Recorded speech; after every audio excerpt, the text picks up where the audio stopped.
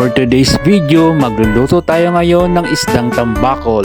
Bago ang lahat, pupunta muna ako sa bahay ng tiyuhin ko. Mangunguha kasi ako ng lubas. Itong dahon ng lubas pala ang ginagamit namin na pangpaasim dito sa probinsya. Madalas nga namin hinahalo ito sa mga lutong may gata. Hindi lang ito maasim, mabango pa ito sa mga niluluto. Kinuha ko na nga itong kudkuran at bibiyakin ko na itong nyog. Mano-mano lang kasi ang pagkukudkud ko dito. Eto nga at biniyak ko na itong nyog. At ayan nga po, nagkudkud na rin ako. At pagkatapos kong magkudkud ay hinimay ko na itong dahon ng lubas at piniga ko na rin itong kinudkud kong nyog. Ito na nga po ang mga sangkap.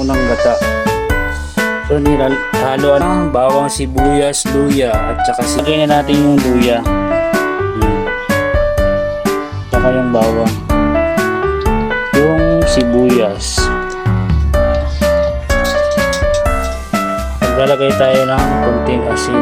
Bali nilagay ko na nga yung bawang, sibuyas, luya at nilagyan ko na rin ng asin. Hindi ko na nga ito nilagyan ng suka kasi yung gagamitin nating pangpaasim ay yung dahon ng lubas. At ayan nga po, nilagay ko na yung pechay. Isinunod ko na yung dahon ng lubas. At nilagay ko na rin yung gata. At ayan po, luto na yung ating isdang tambakol na may gata. Tara mga boss, sabayan nyo akong kumain dahil gutom na ako. Lasang lasa nga yung dahon ng lubas. Sa sobrang sarap, mapapakagat ka talaga sa isda. Maraming salamat sa panonood mga boss. Huwag kalimutan mag-follow, share, and react.